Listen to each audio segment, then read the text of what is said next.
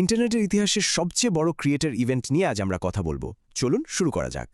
ভাবা যায় টুর্নামেন্টের পুরস্কারটা কিন্তু বিশাল, পুরো $1 মিলিয়ন, যা পুরোপুরি জীবন বদলে দেওয়ার মতো। আর এই বিপুল অর্থ জয়ের জন্য এক ছাদের নিচে জড়ো হয়েছেন ইন্টারনেটের শীর্ষ 50 জন স্ট্রিমার। মাত্র 4 সপ্তাহে 10 কোটিরও বেশি ভিউ। বোঝাই যাচ্ছে ইভেন্টটা ইন্টারনেট দুনিয়ায় রীতিমতো ঝড় তুলেছে। টানা 41 মিনিটের এই কঠিন প্রতিযোগিতায় ধাপে ধাপে প্রতিযোগীদের বাদ দেওয়া হয়। চলুন টাইমলাইনটা একটু দেখে নিই। শুরুতেই ফেজ 1।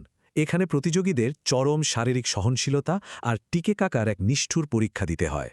প্রথম সাডেন ডেথ রাউন্ডেই শুরু হয় তীব্র গতির এক পেন্টবল ম্যাচ। অনেকেই কিন্তু এখানেই ছিটকে পড়েন। যারা টিকে যান তাদের এরপর লাম্বারগিনির অ্যান্ডুরেন্স চ্যালেঞ্জের মতো এক ভয়ঙ্কর ক্লান্তিকর শারীরিক পরীক্ষায় নামতে হয়।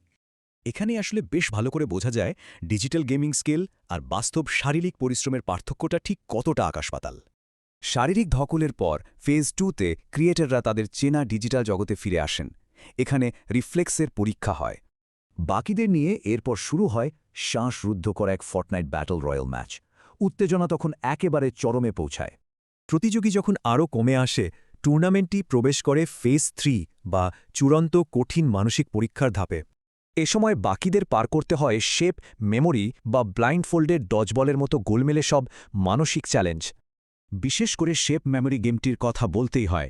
এটি প্রতিযোগীদের মানসিক দৃঢ়তাকে একেবারে খাদের কিনারায় নিয়ে যায়। আর চোখ বাঁধা ডজবল গেমটা দৃষ্টিশক্তি ছাড়া শারীরিক এই পরীক্ষাটা আক্ষরিক অর্থেই ছিল মারাত্মক ভয়ঙ্কর আর অপ্রত্যাশিত।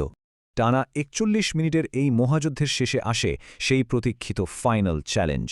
একমাত্র লক্ষ্য ওই $1 মিলিয়ন। তাহলে আসল প্রশ্ন হল 50 জন স্ট্রিমারের এই বিশাল আয়োজনকে ভবিষ্যতে ইন্টারনেট কিভাবে ছাড়িয়ে যাবে, ভাবতেই অবাক লাগে।